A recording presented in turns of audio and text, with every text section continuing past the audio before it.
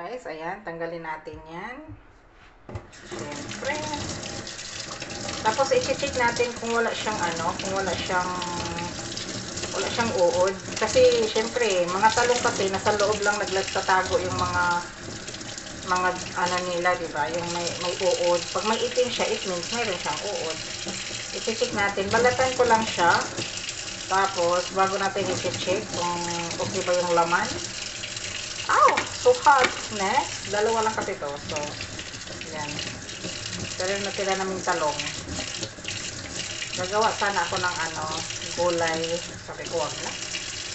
The best kasi sa talong, turtang talong lang gusto ko nito eh. Pag wala naman kayong air fryer guys, mag-boil kayo. Or, matabaho na rin kasing i-ano mo pa. Alam mo ba yung i-barbecue mo pa siya. So, maganda talaga pag mayroong air fryer. So, ito na yung dalawa guys na ating talong. Ayun, i-check natin ang ating talong kung mayroong germs.